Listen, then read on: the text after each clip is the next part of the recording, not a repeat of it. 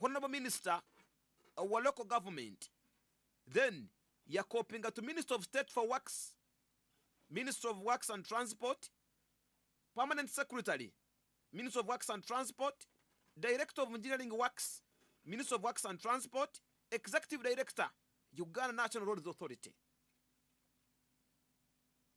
Kubasomera mukaka obundi binyakulu mu kyandiko kino. Office of the Minister of Ministry, Office of the Minister, Minister of Works and Transport, PO Box 5759 Ginger Road, PO Box plot 5759 Ginger Road, then PO Box 7174 Kampala, Uganda. Dated that's 01 28th December. Honorable Minister of Local Government, Kampala. Interventions against the impact of heavy rains and road and bridge infrastructure. Ibarua enu references made to the public announcement dated 21st November 2023. Enu ni yohandika ibirokwezi 21 mwezi gwa November 2023. Na mbere yabayinahiriza directive kurango local government zinu zayemereza imirimo egyo habwe mbera yobwire yabayiroho sente zinunguza bakoraga engudo bayitosanga enjura sente zinu yazogyaho zigenda engudo sanga zasisikara mu kaira katayito. Dated 21st November 2023, in which I informed the public and stakeholders about the effects of the recent heavy rains across the country and the significant damage to our roads and bridge infrastructure. I reiterated the government commitment to addressing this pressing issue and ensuring connectivity and well-being of our citizens. But I also noted that immediate response by fixing damaged sections was not technically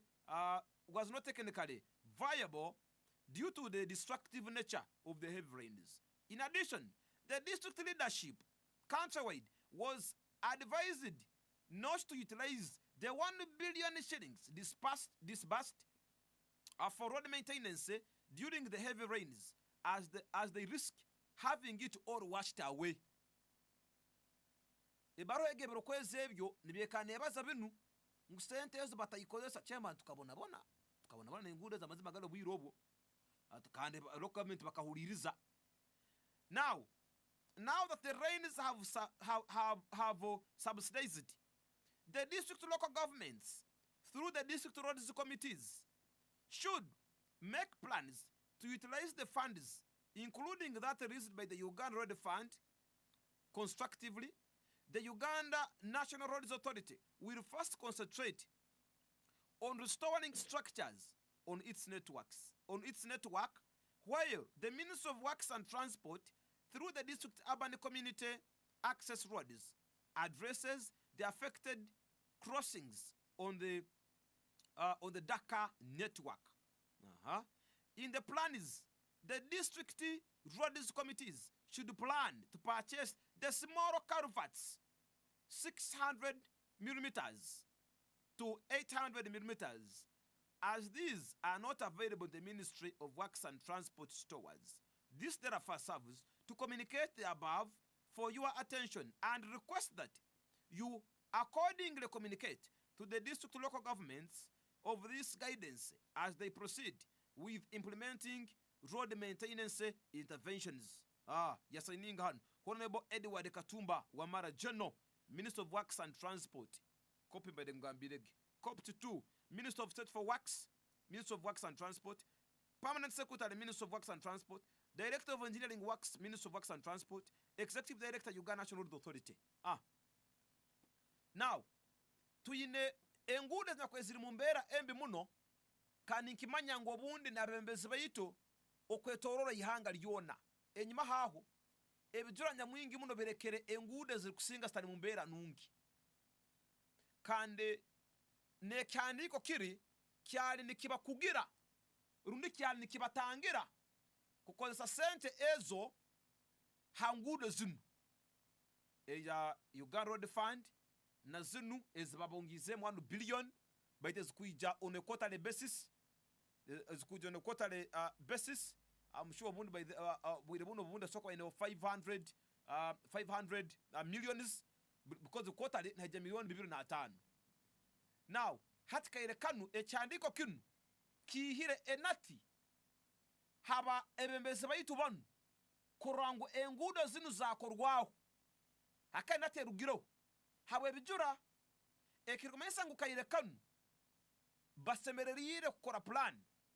The district roads committees basemerere kukora plan kurura engudo zinu zokorwaho kandi kari facilities baragire kugura ezibataine mu store za means of works nazo kurura zagurwa kuba nizitwara mu bisaru na mbere zikwetagisa kuba nizigenda. Chairman, kinu kiratukonyera kwa ngudo zetu mundi zakorwaho tugeze ngo tukitwale ngo mundi bayizemeze korwa zona ngo ikabiri ko nati yegyo ikabiri ko baruhe yegyo ikabene mbera yobwire ngo ati ngudo zirakorwa tugiro kunihera. Well, insima minister na ministry eyebye mirimo nengude eyebale kubanerugayo akayirekano cyamazima ante akasumya akakenyuma ebijura bere bingi. True. Kandi ebijura kukora engude okarabamu noba nosisa busisa bakweta kudabaga aho kwa kurukura mu njura no yoreka amafuto gakozeseze ngo koze rugudo bayitu nosisa busisa. So kwabura kwe nka minister akwali kwizira akaire kenyine nyene aho kuba abandi bali mbasobora ngo kikozesa okirozire by the way yes basokozesa nabadabaga mbagenda nibagenda ukimbaga tukarukora enjira yagaruka yakoraki yarusisa. So it was a wise decision kandi nsima local governments ezasobera kuba anizikiriza obuhabuzi bunu zagenda nabo.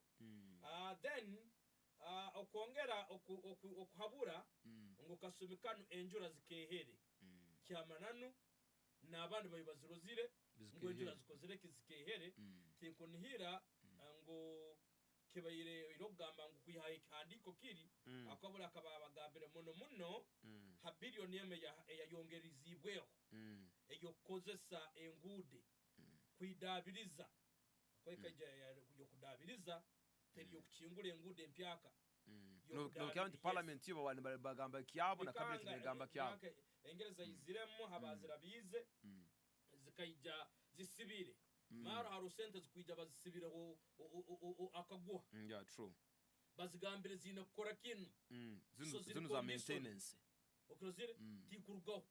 So bogama ngo akaba ahabwire buli maybe as in the local government sakwa zari ngo cyandiko kiri kicyaroho hati bwarugira yakakihaho ningira ezibari zicyarindirize hati zasimuka okrozire babahire kigwa heta cyarohoki kiekwasa ngo minister akatanga okrozire kandi nsima a local government na ba accounting officers abokurana muno akasenta akari kasemekwa nikakole ngude entika cyaroho account baki akayin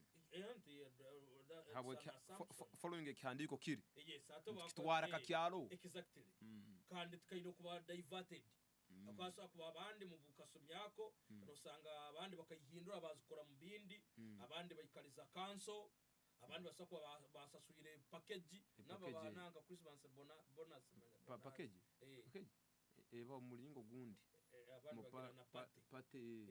mupate baraga ibisembo anyway so odingirante yezo governments ezakasigayize that's great.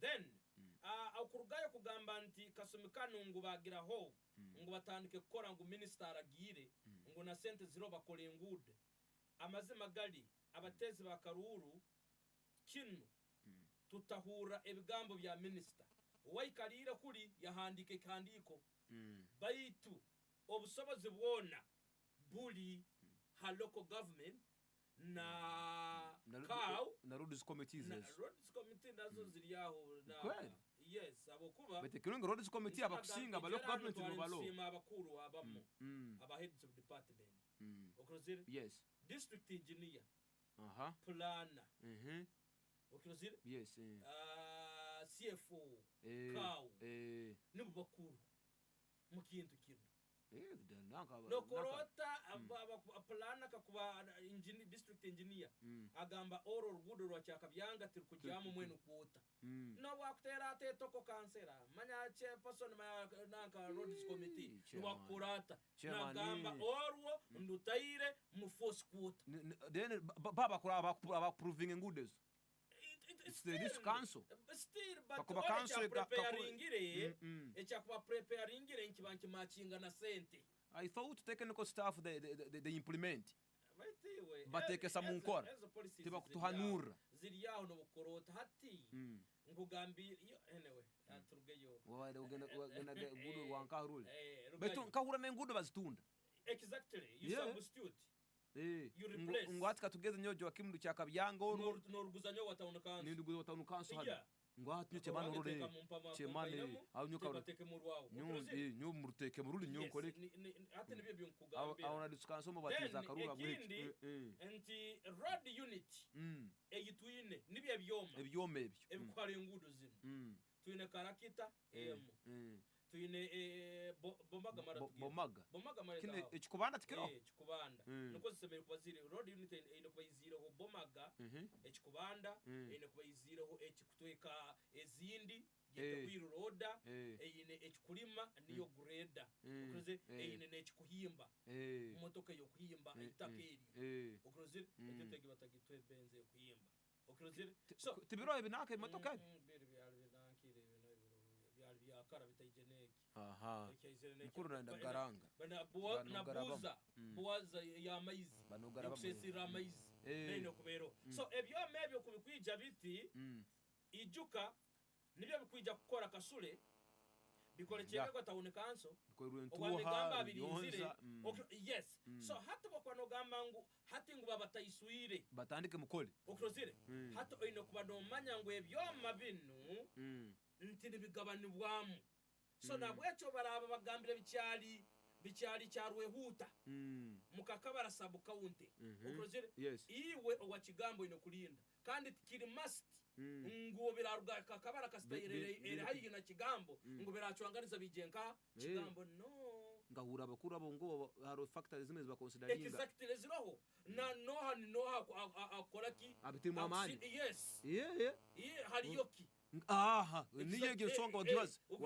wagibariza kim urunda hari yoha ukikaba itiro kim no hari yoki urunda hari yoha okrozira bampa bata ekintu niwo hari yoki omuntu hari yoha okay then bampa bata so nebyo bikozire kibirongo so nti abantu mutahura nti ekandiko kino kizire ngwate nguro zirakuba yes nikisoboka nenu kuota kuwaho it is true chairman abantu zikaba zifira muno abantu kunhiya kuba maramba kimu kweli tuna kwagambire Kenya nabakuba sente ziroho ebyoma mubiyine baja kozisa kino ekikwato kugamba mbayine batwikiriza sente kandi ziroho account indeed zirohoko okrazire ntinde tugende enjure ho iraye yoko ngo ngudo tujya kuyikora bayito yebwe ngo mukozesa bitayito exactly nangwa abantu babagambire amazimo kabagambire byoma nibijya kubanza kasule bimaleyo weekend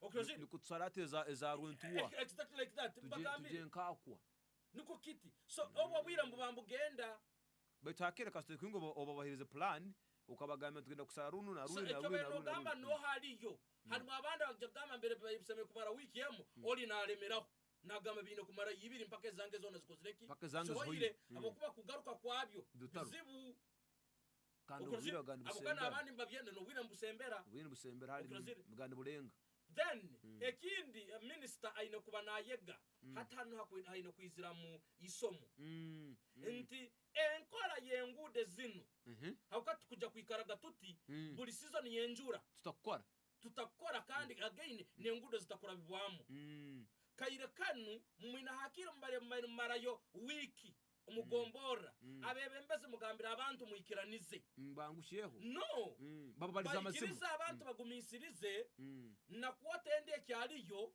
ukrozire enu second third quarter January March yes then fourth quarter ndiyo kusemba ne malira ikuli June okero niko tugenda mu financial ya end nti abantu niko bareka grade maleyo weeks ibiri woko batemeka niko bakole omulimo nti denjura ezraije eza omwaka sango ruguru cyagumire orugudo barabakozire orugudo rwa nanka chaka 2 turole ndama katugeze ecyo kuroraho ngo barukora baruhobwire bayikaraho barukorako barucurika okrozire emifrege bagitekamu bajombeka kurungi okrozire nti nebiciro birayija tibikwija kutalbanizaki orugudo other than nguno wakasura nagenda greda no wampara nagenda mukaba papisa bakahara buhara batacurikire ngudo zinu zikamalira nti no turagaruka mu kwa 10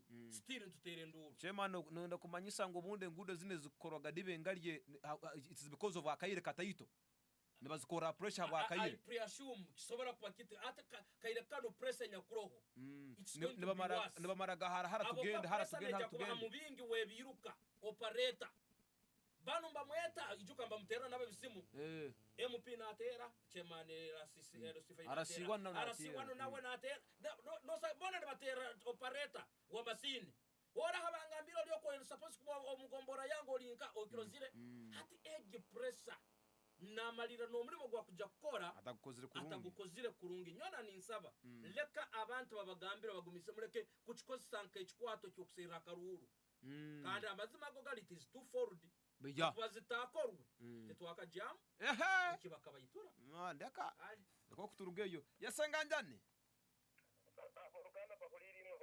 ego ego musomesa nka chikuba hanu mutahune mu trading center no habesire abengudo MP mbenda kwa rero bajya kubakora urugudo rwanyu warwo urakihuna atene tinenya mwaja kwebanza nanka byoma inyo cyane batwesere nyecha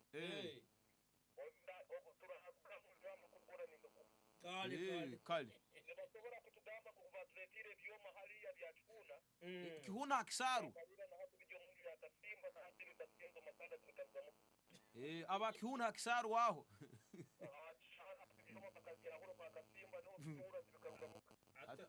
tumwine byoma inyo akiri hata habuyire kwagambire kali musomesa mutayisole webalo musomesa kwagambire nti emigomeno ngo emigoma babayire mbaga ijuka yeso emigome byeta pipe weze millimeters 5 eyokora eyebyombe giyananka drum busa mwebembezo no magamba ngo agiguzire ezo pipe zigabwaki ministry ya wax hata nicyayolekera ngo pipe ezo tiziriyo mujya kuzigura abakusoba abayigura hata katolekere mbajya kwata a billion yenu no kujya kwata gura provisionero ho ntuba kujya kuzihira hata nanka tujya kufuna ka tufuna nanka cha person wa roads minister banu wa wax hano minister wax wa mayizi nengudo nanka babira bona abananka baba secretary bitukiri wikabaki tabetegereze atenyo burenka bamanyire katagasa manyire Jonathan byari byakare tukare jimwe je kabere very active yes akaba wa finance even visible ate noha wa minister wa finance wa secretary noha obara kuteka mbantu 10 can you be seen ngubakurole atu ni muhango yazokaga muno vice chairman kandi na minister of finance wa budget na watu then katagasa kala production goza kandi so ate bote bakora munanka risafo kamara acha banzira mukama wabo akolemu bali kaba banze ko iyo neno ngenje kamunihire naja kubibaza hano tujya kubimukaguza naja kubaza bya nanka bya EDF mboyi nabasabire bali bikomi binga bina basabire bya commission ekyo bya commission abisatu bakajyo bikomi bina risafo katulinde ezo bwa kurugoko paka nakitera munakuri tugusa kuwagura kiraruga kuri na bayitwana bakira kubimara yuko nabananka committees mbagenda kumabande hano bamarayo yes hello ata nuna rugaga mbere kijunju yes abigaba kijunju mpara wanje kijunju mpara kijunju yanga tadiza akuya kuno yego yokana magari nata kusirimu harugwa kainano anguga amazi magari bakagenda ugasanga oko apu yaliyo engugende obe yakuno ya hano mtown council yakuno oko hata unuka kuno hano amagenda kibira amagenda kibira ate kunosemuka bakabahanika muno bakabahanika muno kandi hari mwazina amazi magari y'uburundi aho bali mbakora mbwangu ijuka kale kacwiraho so bakora speed emergency bajagaruka baterekereza kandi kya yunra ogumune mu yunra for potro itagi so uharo honle bonu yangamba ngo owakisabonywani wawo onu wakakabara ogunako muhereza ate bazoka ati mole busobozi niwe wana jera kabana wo akayizira muketi kiyenda hana ngune onanka wax akayizira muketi kiyenda akajajwe kire chaka central MP ate no minister wax boliyo honorable mole busobozi webale secretary for wax mulimo gungwa nyencha reka twatagane ogire kiwasobora iziri bara by the bara chief whip nkoraho muri mogo chief whip abwole muri mogo gukole msura abantu bano bino board aba minister nanka aba minister nyani wa mukodomi baitu mukodomi yo mukodomi yogo tomorora mu ruhanga wangu mukodomi yogo is a senior counselor kandi kintu na nango bamini haba hono hunako mwana wao basa kuhumura nawe tiyavuga muno atasobora na humura barakabigara kagama nagaruka agachigamba nanko umwana wao wabgogo nawo minister nawo minister ubgogo umwana wao ubgogo hedigaro wao ayabere hedigaro wao wewe abere hedigaro wao wagambira nako nunu nuko mukazi menu wo agingo ibere hedigaro wao nawo minister Edgar we we come primary school secondary primary hato second second kan ko manye akamwamu ngenda ndabikurvat.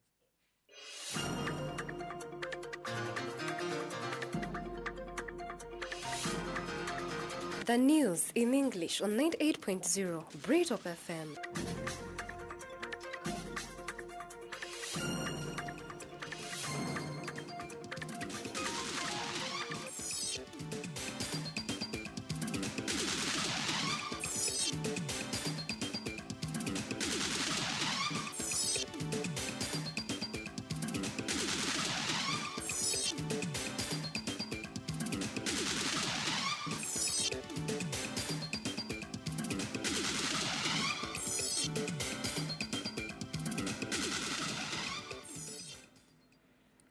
Isis Vyavakama said they are in office legally. Police search ex-minister's home for 2 hours over Iron Sheet saga. A pop says civilians killed in war aren't collateral damage.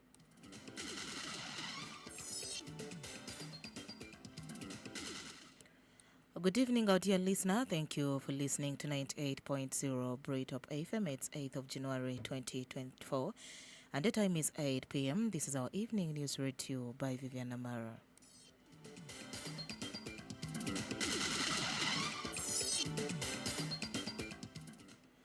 The Electoral Commission Chairperson Justice Simon Vyavakama has said he is together with Commissioner in office legally. In an interview with the Breatop FM, Electoral Commission Chairperson Justice Simon Vyavakama has stated that they are hoping that the appointing authority will make a decision soon. President Museveni, who is in the appointing authority, has not yet renewed the appointments of the 7 eligible commissioners. However, the current state of uncertainty within the commission has created apprehension among the commissioners themselves. The commission as a whole and the continuity of their respective roles, given that their term is approaching its expiration. Vyavakama mentioned that the public will be notified when the commissioners' terms expire and we forward. Byabakama reassured that the expiration of their term in office will not adversely affect the implementation of the 2026 roadmap. He expressed hope that the appointing authority will take the necessary steps to address concerns regarding any potential disruptive activities as the Commission.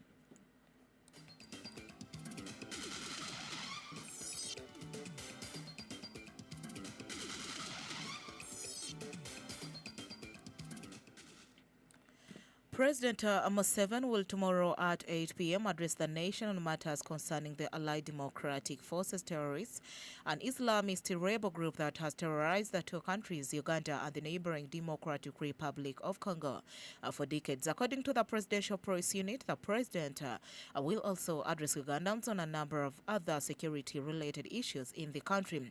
The presidential address comes days after suspected ADF rebels killed over a dozen people in Kamwenge district in two separate attacks in December 2023. Despite the successful operations against the ADF rebels by the Uganda People's Defense Forces, where over 300 rebels have been killed or captured in the recent attacks in the Democratic Republic of Congo, the insurgents have continued to terrorize the two countries, killing at least 64 Ugandans in the last 6 months. During his recent comments on the ADF attacks, the president emphasized that the national forces, together with the Congolese army through Operation Shuja, are determined to wipe out the rebel groups and their leaders who are still hiding in DR Congo. During last year's national address about terrorism and crime, President Museveni blamed ADF attacks on intelligence flaws, saying that the rebels had broken into very small groups that became more difficult to detect, calling for alertness and coordination between security agencies and members of the public.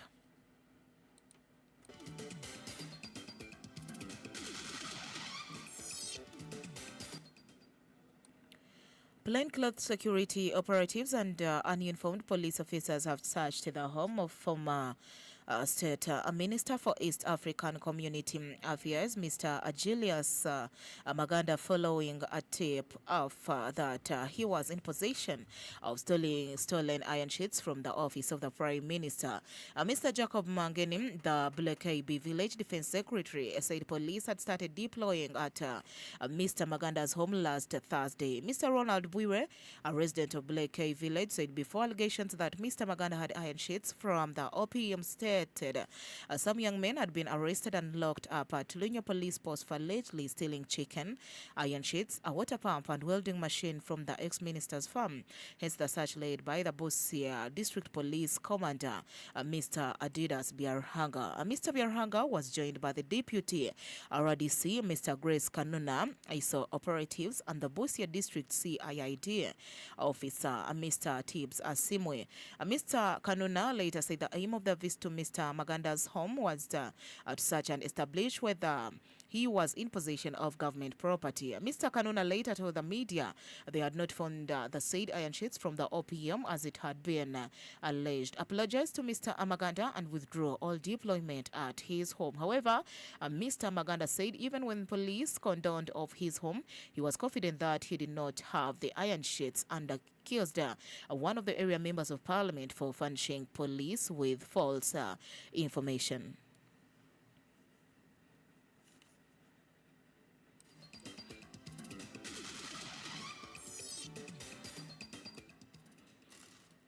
The Electoral Commission has called upon the Forum for Democratic Change to address its initial divisions before the 2024 general election. It emphasized that the Commission only recognizes the Najana Kombe faction at the moment. In an interview with a Burrito FM, Justice Simon Byabakama, the chairperson of the Electoral Commission, stated that while there can be multiple political parties in the country, there cannot be a political party within a party, referring to the FDC factions. However, Byabakama acknowledged the ongoing situation within the FDC and the conflicts arising among its members, understanding that disagreements are normal party of any organization. He advised the party to resolve these issues in the appropriate forum. As the 2026 general elections approach, several opposition political parties, including the FDC, a Democratic Party, and Uganda People's Congress, find themselves entangled in internal conflicts. Internal divisions have emerged within these key opposition parties following the 2021 elections, leading to significant splits.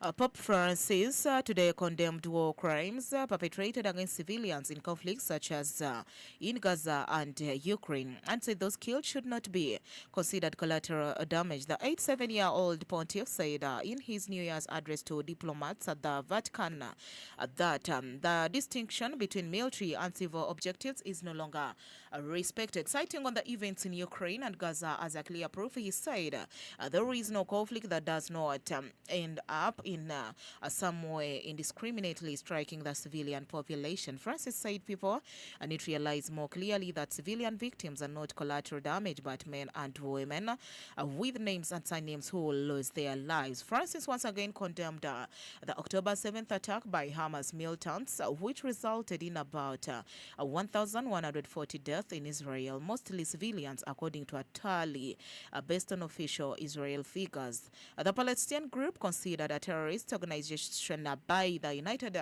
States and European Union also took around 250 hostages, 132 of whom remain captive. Israel says at least 24 are believed to have been killed.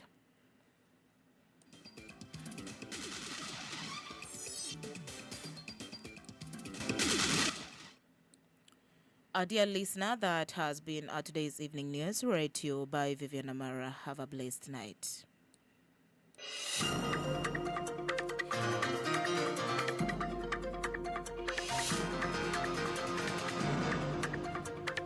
That was the news in English on 98.0 Breatop FM.